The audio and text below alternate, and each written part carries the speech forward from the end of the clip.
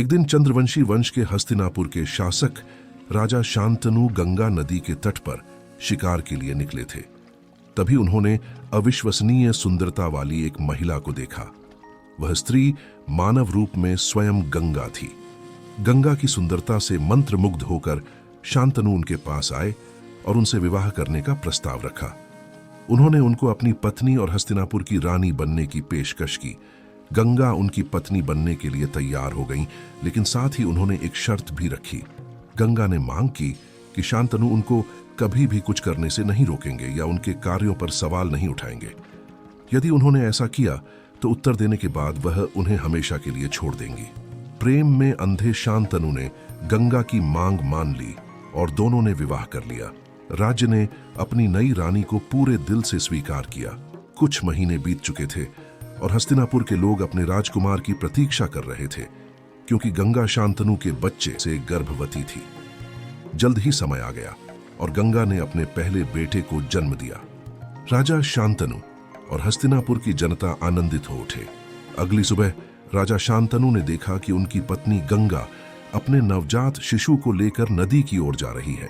राजा यह देखकर भ्रमित हो गए कि रानी अपने बच्चे को लेके बिना किसी के साथ चली गई।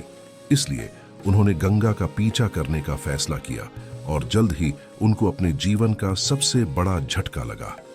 जैसे ही गंगा नदी पर पहुंची, उन्होंने अपने नवजात शिशु को नदी में डुबो दिया, जिससे उनके बच्चे की मौत हो गई। यह देखकर शांतनु का हृदय टूट गया, लेकिन अपने वादे के कारण वह गंगा को रोक नहीं सके या उनसे कारण नहीं मांग सके।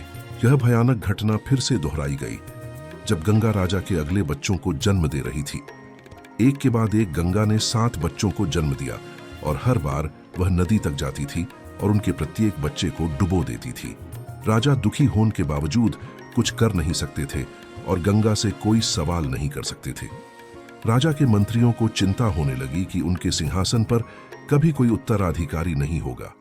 पूरा राज्य अपनी रानी के कृत्य पर सवाल उठाने लगा था, लेकिन गंगा इससे अप्रभावित रही, जैसे कि कुछ हुआ ही ना हो। अंततः गंगा 8वीं बार अपने पुत्र से गर्भवती हुई। जिस दिन उन्होंने अपने बेटे को जन्म दिया, नौकरानियों ने आपस में कानाफूसी की कि वह इस लड़के को भी डुबो देगी। अगले दिन गंगा फिर से अपने 8वें नवजात शिशु के साथ नदी की ओर चल पड़ी। राजा निराश हुए और टूट गए। अपने कमजोरी के इस क्षण में उन्होंने गंगा से किया अपना वादा तोड़ दिया और अपने 8वें बच्चे को मारने से रोक दिया। उन्होंने गंगा से इस कृत्य का कारण पूछा। गंगा ने खुलासा किया कि वह और राजा शांतनु अपने पिछले जन्म के श्राप के वजह से पृथ्वी पर नश्वर जीवन जी रहे थे। अपने पिछले जन्म में गंगा ब्रह्मा की पुत्री थीं और शांतनु इक्ष्वाकु वंश के शक्तिशाली राजा महाभिष थे। एक बार राजा को ब्रह्मा के दरबार में जाने का अवसर मिला, जहां सभी देवता और गंगा भी उपस्थित थे। महाभिष और गंगा एक दूसरे के प्रति आकर्षित हो गए और एक दूसरे से नजरें नहीं हटा पा रहे थे।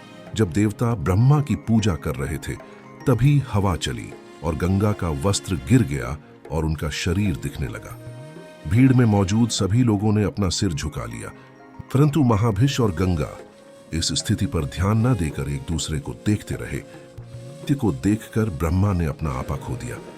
उन्होंने महाभिष और गंगा को नश्वर के रूप में जन्म लेने का श्राप दिया और कहा कि गंगा उन्हें बहुत पीड़ा देगी।